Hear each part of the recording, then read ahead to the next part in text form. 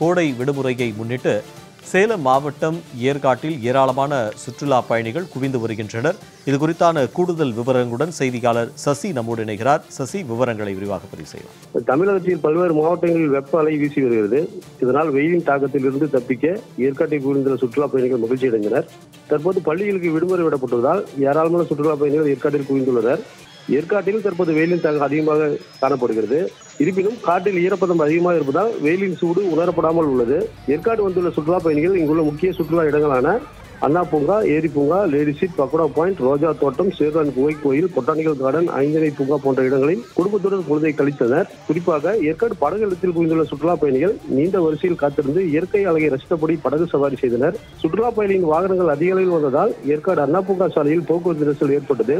தற்போது ஏற்காட்டில் சீசன் களை கட்ட துவங்கியுள்ளதால் வரும் நாட்களில் அதிகப்படியான சுற்றுலா பயணிகள் ஏற்காடு வருவார்கள் என்று எதிர்பார்க்கப்படுகிறது. ஸ்ரீதர், தகவலுக்கு நன்றி சசி.